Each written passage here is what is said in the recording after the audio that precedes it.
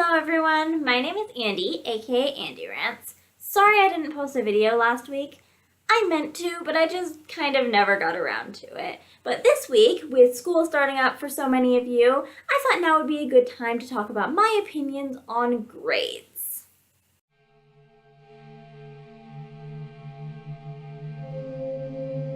I always thought that grades were kind of ridiculous. I mean, it might make sense in a subject like math, where, there's only one right answer, but how do you grade like English or PE? That seems very subjective. So either they're giving grades on participation, because those matter so much. You don't even really have to participate, you just have to sit there. Or the grades are completely up to the teacher, and if the teacher doesn't like your writing style, then you're kind of screwed. I have even gotten graded on the organization of my binder, which I almost failed world history freshman year because of that, because I liked organizing my binder differently. That makes no sense at all. I still had all the papers, I just didn't have them organized the way my teacher wanted me to. I think that school should be about learning, and grades don't measure that. Especially not in classes where it's very subjective. I was very lucky, or maybe unlucky now that I think about it, in school, because I never had trouble learning the material. Taking notes never helped me, it only distracted me, and I didn't have to do the homework to learn the material, even though my teachers were really certain that I did, despite the fact that I got good grades on all their tests, despite doing none of the homework. And despite the fact that I obviously proved that I learned the material, I still got very poor grades sometimes because I hadn't done the homework, and I was being graded for that, even though I obviously didn't need to.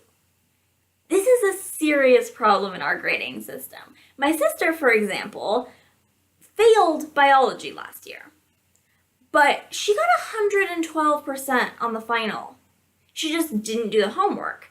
And she actually only failed the first quarter of biology, not the second quarter, because the midterm wasn't weighted as much as the final. I don't know exactly what her grade was on that one, but she obviously should have passed biology, but she didn't just because of the way that the grades were weighted. Now, I understand that for a lot of people, homework is important, and it's their way to understand the material, and so it's good for the teachers to put some sort of incentive to actually do it.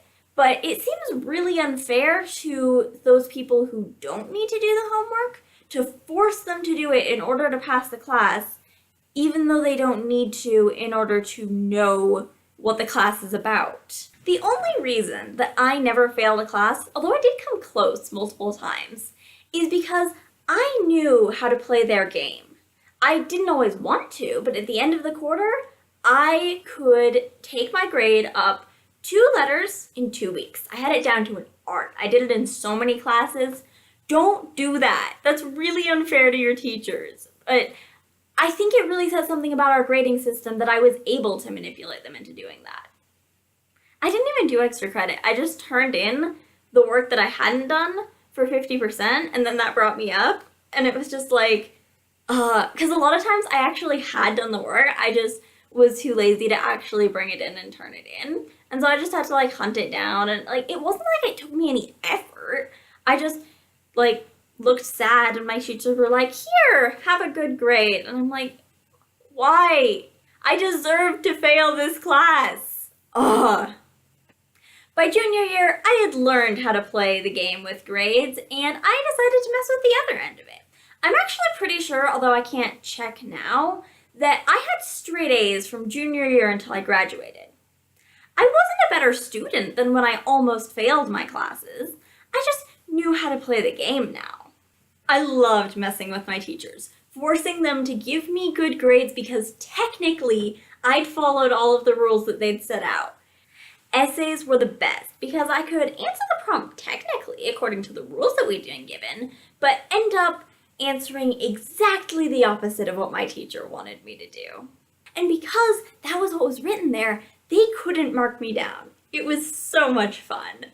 I was a terrible, terrible student. really, I was just breaking rules that no one else had thought to break. And so they weren't written out anywhere because no one else had considered breaking them before. In my junior year, we were supposed to write an essay on the American dream. And there weren't really any guidelines beside that. Everybody else wrote their interpretation of what the American dream was. I wrote an essay about how it didn't exist. And if it did exist, it was as a global dream rather than American. It had absolutely nothing to do with America, if it even existed. I don't know why my teachers didn't hate me. I think it was actually because they liked to see someone actually thinking in their classes, even if I was thinking about ways to undermine their authority. But I was thinking. That was better than most of my classmates. I was always very upfront with my teachers that I didn't care about my grades. I was there to learn, and when the material didn't challenge me, I would learn how to manipulate the grading system and stuff like that. And although my teachers wanted me to try harder in my classes, they couldn't really get that mad at me because they knew that I was there to learn. And that's what school is supposed to be about. I've noticed in school that the people who focus on getting good grades all the time don't really absorb the material. They just get all A's and then forget everything they learned like 2 weeks after the test.